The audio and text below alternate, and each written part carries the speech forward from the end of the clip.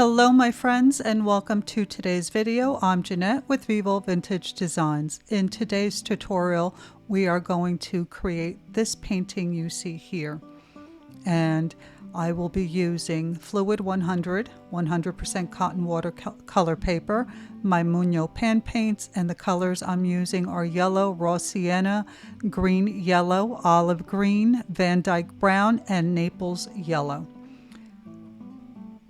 I also have a few brushes here that I'll be using. This is a Rosemary & Co. extended tip, and this is, I believe, a small one. I also have a size 0 round silver black velvet, a Rosemary & Co. eradicator brush. This is a size small, and a size 8 round silver black velvet brush. Okay, so this is the first rendition of this painting. I found the image on Unsplash, and the credit goes to George Peters. And I did the first painting and I added an extra leaf, and then I decided that I wanted to simplify it for this tutorial. So you can see here I took the image, I took a pencil and scribbled on the back and then traced it onto my watercolor paper. And for this painting we will be using the wet in wet technique, which means that we will be wetting down the area that we want to add paint to and then dropping in color. So here I am adding the yellow. I wet down that entire first leaf and I'm adding some yellow, then picking up the raw sienna and dropping it along the center and the veins of the leaf. Now I'm picking up the yellow green or green yellow, I always forget what it's called, and I'm dropping that around the edges. And I'm making sure to push the paint right to the pencil line. So you can see that this is really easy to do. You don't have to have a lot of experience with watercolor for this technique. The paint really does all the work.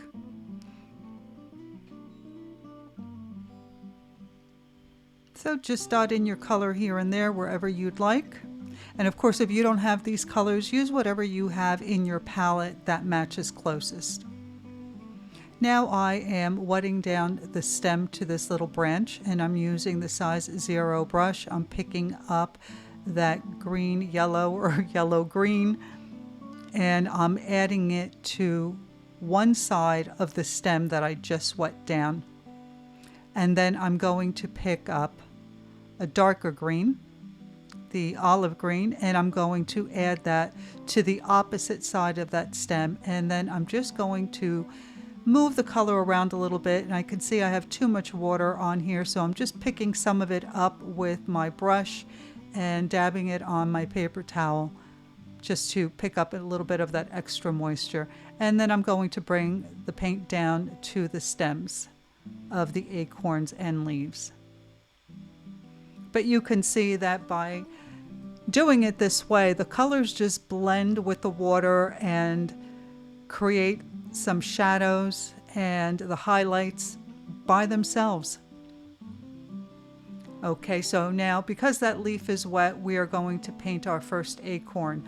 I am wetting down the area, and I'm not taking the water right up to the pencil line because I'll use the tip of my brush to do that. So here I'm adding in some raw sienna, and I'm just moving it around with the tip of the brush, and then I'm adding a little bit of yellow on the opposite side, and again using the tip of the brush to blend those colors in with one another.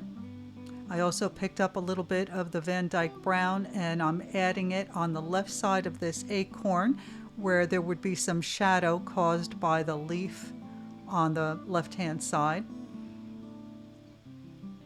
And now wetting down my second acorn. I forgot the point of this one, so I'm adding a little bit of the Van Dyke brown to the tip of the acorn. So now I'm wetting down the second acorn, and I'm repeating the same process. This is the raw sienna on the left hand side, and I'm bringing it up to the pencil line, just pushing the paint with the tip of my brush to the pencil line, a little bit of the Van Dyke brown down at the tip, and now the yellow on the right hand side. And now a little bit of the Van Dyke brown to create a little shadow under the cup of the acorn, and just adding a little bit more of that Van Dyke brown to create a greater shadow on the left. And my paper was drying a little bit, so I just wet my brush a little bit, and I'm using the tip of the brush to kind of blend that color in a little bit more. So of course we have to wait for these areas to dry. So of course I paused the video. It didn't just dry. I'm not just painting next to a wet leaf. I did let it dry. You have to make sure that you let your areas dry before you start painting next to it. Otherwise your colors will bleed one into the other. So I'm doing the same thing I did with the first leaf on this one. I wet down the area, and then I picked up the yellow. I dropped it in. And now I'm picking up that green, yellow, yellow, green, and I'm pushing it right to the tip, rather to the pencil line with the tip of the brush. And you can see I usually pre-mix my colors, but because of the way I was going to paint this, I just wet down the colors on my palette, and I'm picking them straight up from the palette. And now I'm just pushing the paint, you can see with the tip of the brush, right up to that first leaf. And then I'm adding a little bit of the olive green to the bottom portion of this leaf, just to darken it up a little bit.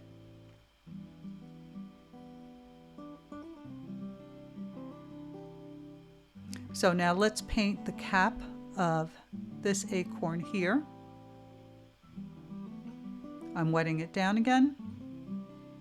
And I'm picking up a little bit of the Naples yellow, and I'm blending it with some of the colors that I have on my palette, but just very little. You can just use the straight Naples yellow. And I'm covering the entire area of that cap. And then I'm picking up a little bit of the Van Dyke brown and just tapping it in here and there. I want to create a little bit of texture.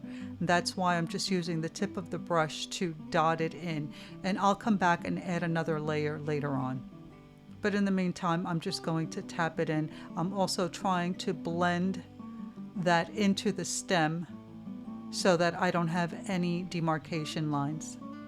So again, I waited for it to dry, and now I'm coming back to paint the second cap. I'm picking up the Naples yellow again, and I'm going to cover that entire area. And for this, I'm using the size 8 brush. But if you're more comfortable, you can switch to a smaller brush.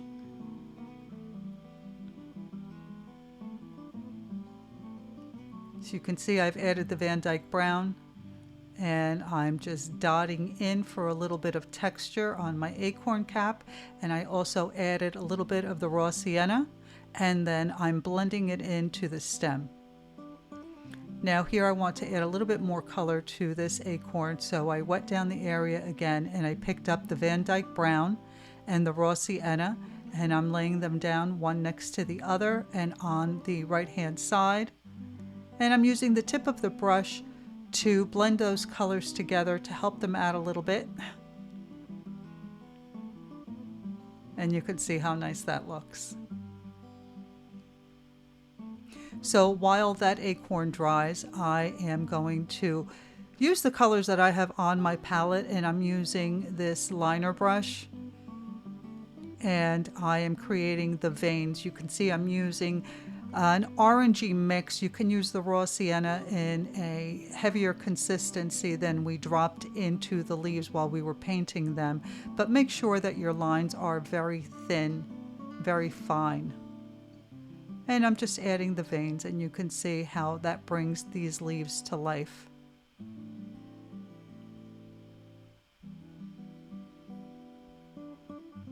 Okay, so here I'm testing it to make sure that it's dry, and I am wetting down the second acorn and adding a little bit of that raw sienna. And then I'm picking up a little bit more of the Van Dyke brown and using the tip of the brush to dot it in, creating a little bit of shadow underneath that cap, and just blending those colors together right on the paper. Now I'm using a clean brush to create some lines in the acorn. I'm actually lifting color, but not a lot, just keeping it really simple.